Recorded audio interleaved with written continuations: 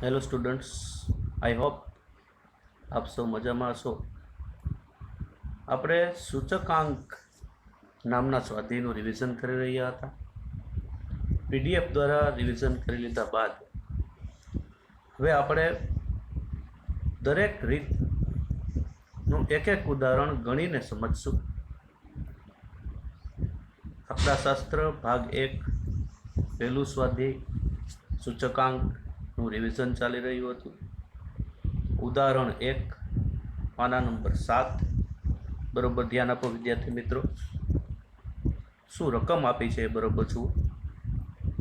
કોઈ એક વિસ્તારમાં ઘઉંના જથ્થાબંધ ભાવની માહિતી નીચે મુજબ છે, નીચે પ્રમાણે છે.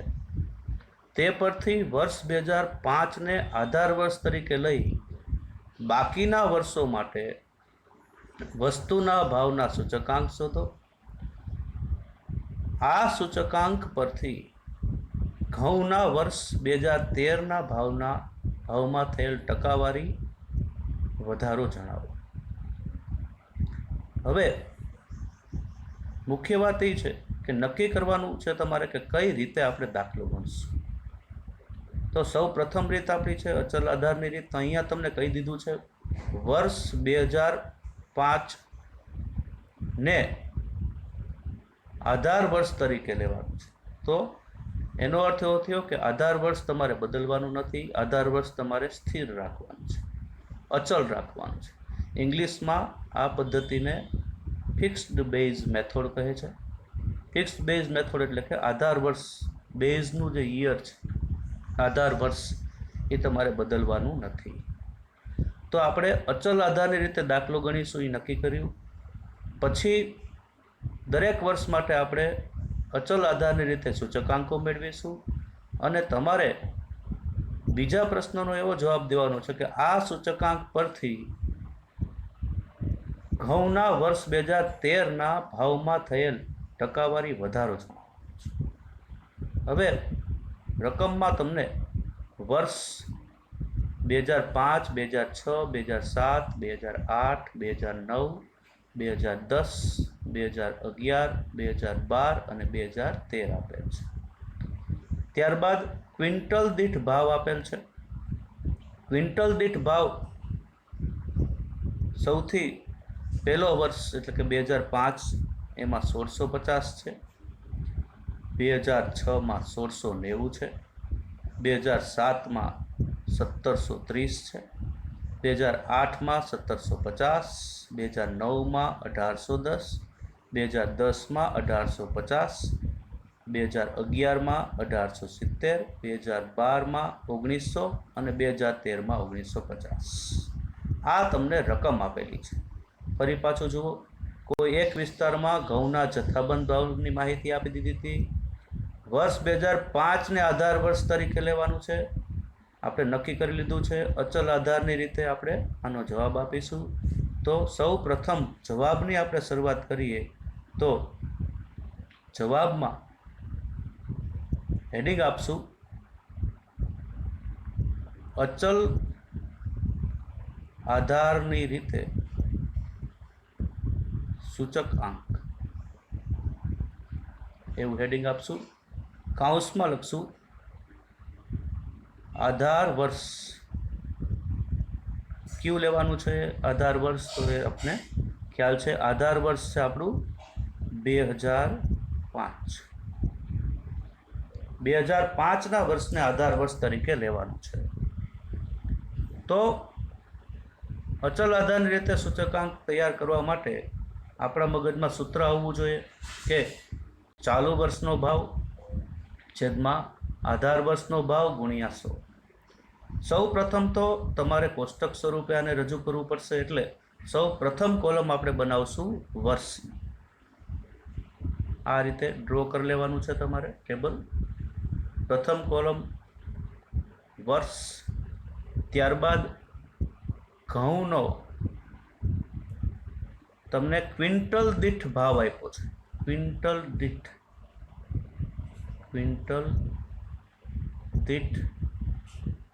ભાવ અને એ આપેલો છે રૂપિયા. તો ક્વિન્ટલ એટલે શું? તો ક્વિન્ટલ એટલે 100 કિલોગ્રામ. ક્વિન્ટલ માપનું એક એકમ છે અને 1 ક્વિન્ટલ બરાબર 100 કિલોગ્રામ. પણ અત્યારે આપણે એની કોઈ જરૂરિયાત નથી. આગળ આપણે જ્યારે એકમવાળા દાખલા ગણશું, લાસ્પેર, પાસે, ફિશરના દાખલાઓ આપણે સમજાતા, ત્યારે આપણે ફરી પાછું એ વાતને લેશું. અહીંયા આપણે ક્વિન્ટલ ખાલી જાણવાનું છે. તો ઘઉંનો ક્વિન્ટલ દીઠ ભાવ રૂપિયામાં આપેલો છે. સૂચક આંક મેળવવાનો છે. તો સૂચક આંકનું સૂત્ર આપણી પાસે છે P1/P0 ગુણ્યા 100. એમાં P1 આ પહેલાં આપણે સમજાવેલું છે. P1 એટલે ચાલુ વર્ષનો ભાવ, 1 એટલે ચાલુ વર્ષ ગણવાનું છે, ચાલુ વર્ષનો ભાવ, P0 એટલે આધાર વર્ષનો ભાવ અને એને ગુણ્યા 100. તો 2005ના વર્ષને અચલ આધાર તરીકે લેવાનું છે. 3 કોલમો બનાવી આપણે, વર્ષ, ઘઉંનો ક્વિન્ટલ દીઠ ભાવ અને સૂચકાંક. હવે આપણે ગણતરીની શરૂઆત કરશું. પહેલું વર્ષ 2005નું વર્ષ આપણે લખીશું. 2005ના વર્ષનો ઘઉંનો ક્વિન્ટલ દીઠ ભાવ રકમમાં આપણે જોશું આપેલો છે 1650, એ લખીશું. હંમેશા અચલ આધારની રીતમાં જો પહેલું વર્ષ તમને આધાર તરીકે લેવાનું કીધું હોય તો હંમેશા પ્રથમ વર્ષનો સૂચકાંક તમને 100 મળશે. કારણ કે તમારું ચાલુ વર્ષ એ છે, આધાર વર્ષ એ છે. તો ચાલુ વર્ષનો એનો ભાવ છે 1650, છેદમાં આધાર વર્ષનો ભાવ એ જ લેવાનો છે 1650, 2005ના વર્ષનો ભાવ.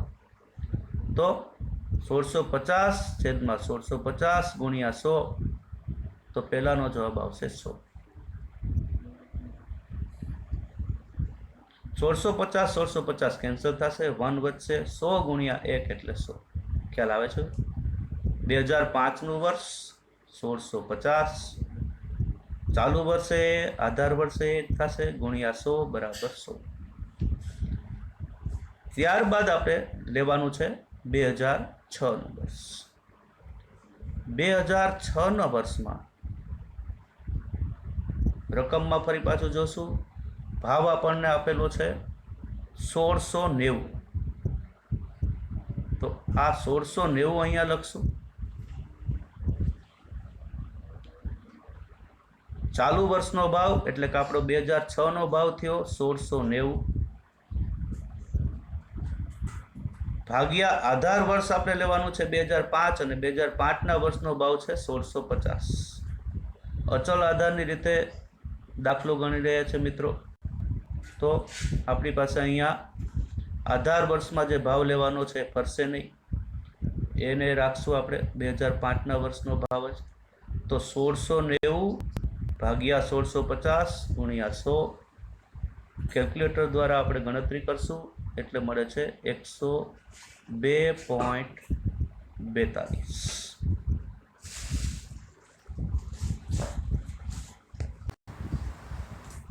તો તમે જોઈ શકો છો 1690 ભાગ્યા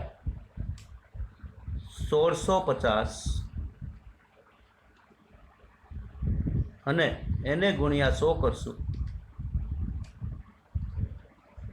તો 102.42 એ આપણો જવાબ આવ્યો.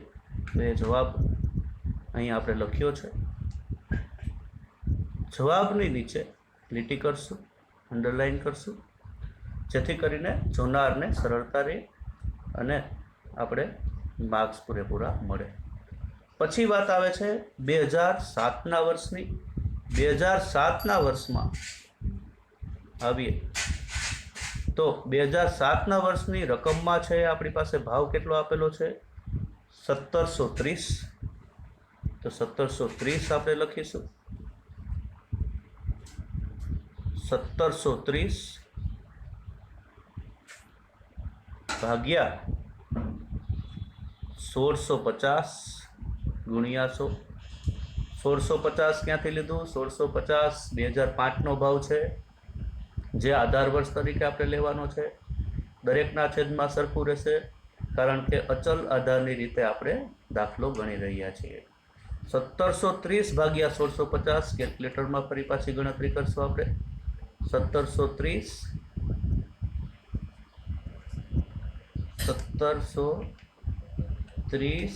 ભાગ્યા 1650 બરાબર આપણી પાસે આવ્યું 1.04, એને ગુણ્યા 100 એટલે આવશે 104 બરોબર. વિદ્યાર્થી મિત્રો, જો અહીંયા કેલ્ક્યુલેટર એટલા માટે આપણે લીધું છે કે આપણે રાઉન્ડ ઓફ કરવાનો ખ્યાલ આવે. 104.84 અને ત્રીજો આંકડો જુઓ કેટલો છે? 8.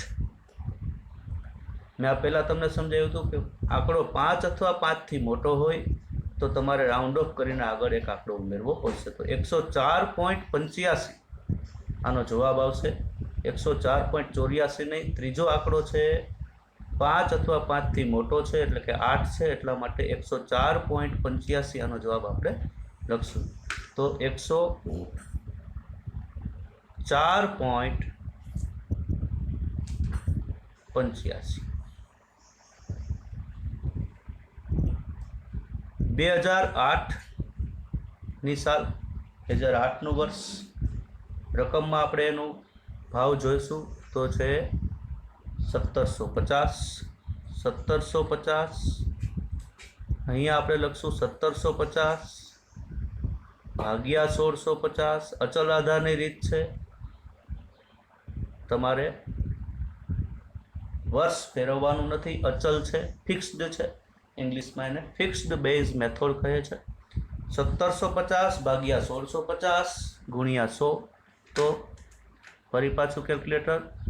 1750 ભાગ્યા 1650 ગુણ્યા 100. 1750 ભાગ્યા 1650 અને એને ગુણ્યા 100 કરશું આપણે. એટલે આપણી પાસે આવ્યું 106.06. હવે જુઓ, 6 પછીનો આંકડો શૂન્ય છે, જે 5 અથવા 5થી મોટો નથી, એટલે 106.06 એ આપણે જવાબમાં લખીશું. 106.06 અંડરલાઈન કરશું. ત્યારબાદ આવીએ 2009ના વર્ષમાં. તો 2009નું વર્ષ અને એનો ભાવ છે 1810. તો 1810 ચાલુ વર્ષનો ભાવ, સૂત્ર ફરી પાછું જોઈ લઈએ.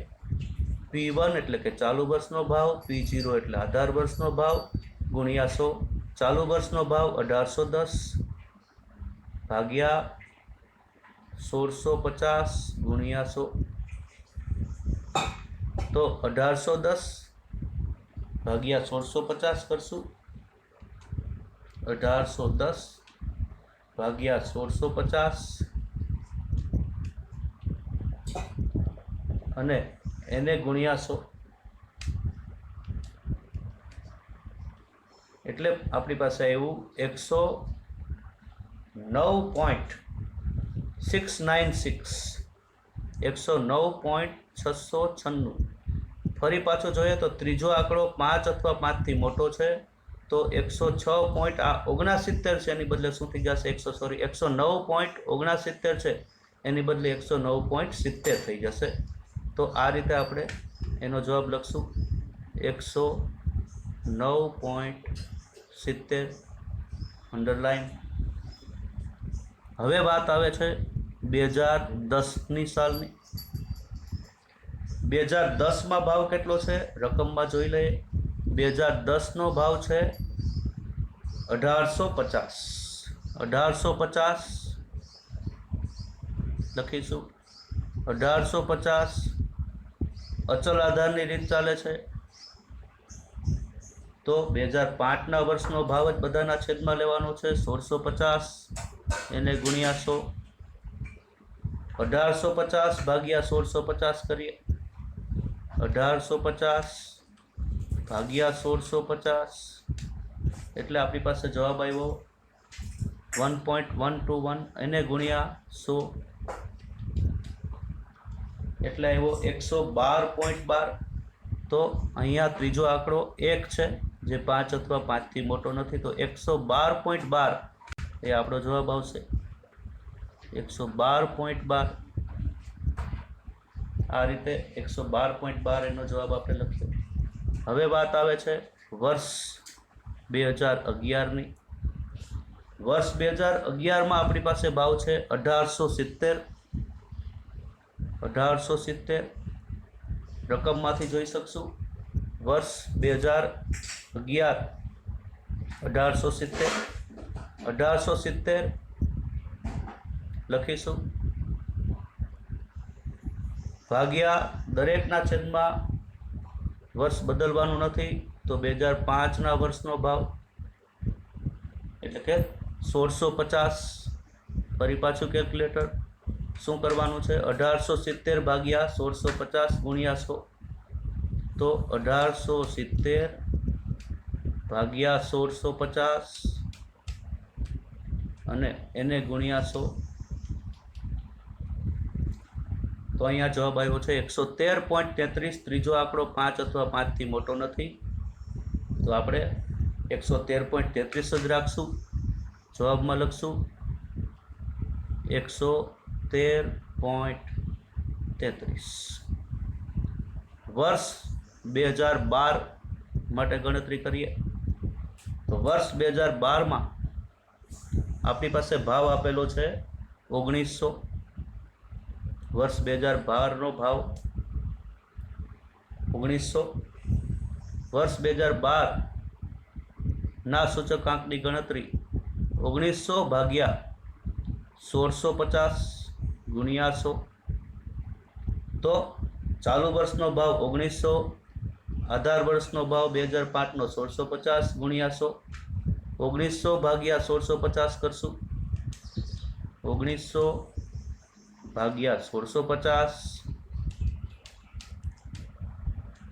અને એને ગુણ્યા 100,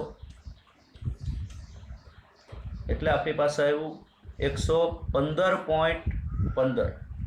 ત્રીજો આંકડો 1 છે, જે 5 અથવા 5 થી નાનો છે। અહીંયા મોટો હોય, 5 અથવા 5 થી મોટો આંકડો હોય તો તમારે રાઉન્ડ ઓફ કરવાનું રહે। અહીંયા 115.15 એ આપણો જવાબ રહેશે, તો આપણે લખશું 115.15 આપણો જવાબ। હવે આવીએ વર્ષ 2013માં, જે આપણું છેલ્લું વર્ષ છે। 1950 ભાવ આપેલ છે, રકમમાં તમે જોઈ શકો છો 1950 વર્ષ 2013નો ભાવ અહીંયા। તો વર્ષ 2013ની ગણતરી કરીએ તો 1950 ભાગ્યા અચલ આધારની રીત ચાલે છે, આધાર વર્ષ બદલવાનું નથી, 1650 ગુણ્યા 100, તો 1950 ભાગ્યા 1650 ગુણ્યા 100 કરશું, 1950 ભાગ્યા 1650 અને એને ગુણ્યા 100, તો આપણી પાસે જવાબ આવેલ છે 118.18। ત્રીજો આંકડો 1 છે, તો રાઉન્ડ ઓફ કરવાની જરૂર નથી, 118.18 એ આપણો જવાબ આવશે। તો આપણે અહીંયા લખીશું 118.18। 118.18 ફરી પાછું અંડરલાઈન। તો આ રીતે આખો દાખલો આપણે ગણ્યો। હેડિંગ આપી દીધું, અચલ આધારની રીતે સૂચકાંક, આધાર વર્ષ કયું લેવાનું કીધું, તો આધાર વર્ષ 2005ના વર્ષને લેવાનું કીધું છે। વર્ષ 2005થી આપણે શરૂઆત કરી। ઘઉંનો ક્વિન્ટલ દીઠ ભાવ આપેલો હતો 1650। મેં તમને જણાવ્યું એમ પહેલું વર્ષ જો આધાર વર્ષ તરીકે લેવાનું કહે તો હંમેશા પહેલા વર્ષે સૂચકાંક 100 મળશે, કારણ કે એ જ તમારું ચાલુ વર્ષ હશે અને એ જ તમારે આધાર વર્ષ તરીકે લેવાનું છે। તો 1650 ભાગ્યા 1650 ગુણ્યા 100 એટલે 100 આવ્યું। 2006માં આવ્યા 1690 એને ભાગ્યા અચલ આધારની રીત છે, એટલે 2005નો ભાવ 1650 ગુણ્યા 100 102.42. કેમ આવ્યું મેં તમને સમજાવ્યું. 2007 1730 ભાગ્યા 1650. ધ્યાનમાં એ લેવાનું છે કે દરેકના છેદમાં શું આવ્યું? 1650 1650 1650 1650 1650 1650. એનો અર્થ એવો થયો કે દરેકના છેદમાં એક જ વર્ષનો ભાવ લીધો, એટલે કે ભાવ સ્થિર રહ્યો એક જ વર્ષનો, એટલે એને અચલ આધારની રીત કીધી. રાઉન્ડ ઓફ કઈ રીતે કરવું એ પણ મેં તમને સમજાવ્યું. હવે બીજો પ્રશ્ન જે આપણી પાસે છે, હવે આ જ દાખલામાં બીજો પ્રશ્ન તમને પૂછ્યો છે કે આ સૂચકાંક પરથી ઘઉંના વર્ષ 2013ના ભાવમાં થયેલ ટકાવારી વધારો જણાવો. ટકાવારી વધારો મેળવવો હોય તો શું કરવું? તો ઘઉંનો વર્ષ 2013નો સૂચકાંક શું મળ્યો એ આપણે ચેક કરવો પડશે. તો ઘઉંનો 2013નો સૂચકાંક આપણને મળ્યો છે 118.18. હવે એના જવાબ દેવા માટે તમારે શું કરવું પડશે? તો સૂચકાંક છે એમાંથી 100 બાદ કરવા પડશે. પહેલાં પણ આપણે સમજ્યા છે, ફરી પાછું સમજી લ્યો. ટકાવારી વધારો કે ઘટાડો પૂછવામાં આવે, તમને પ્રશ્નમાં ટકાવારી વધારા વિશે વાત કરી છે. ટકાવારી વધારો જણાવો 2013ના વર્ષમાં. તો 2013ના વર્ષનો આપણો જે જવાબ આવ્યો, 2013ના વર્ષનો જવાબ આવ્યો 118.18. એમાંથી આપણે 100 બાદ કરશું. તો એનો જવાબ કઈ રીતે લખશું તો એ જોઈ લો બરોબર. એનો જવાબ લખશું આપણે આ રીતે: વર્ષ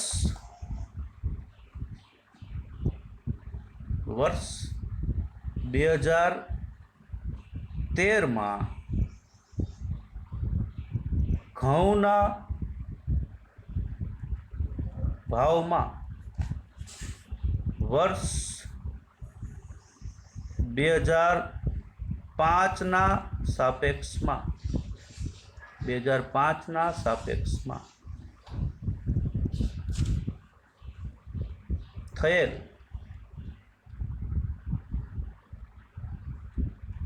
ટકાવારી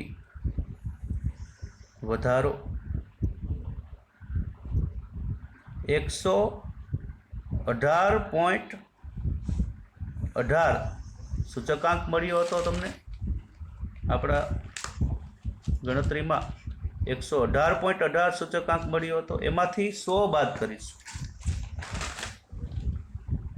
118.18 માઇનસ 100 બરાબર 18.18% જેટલો થયો છે.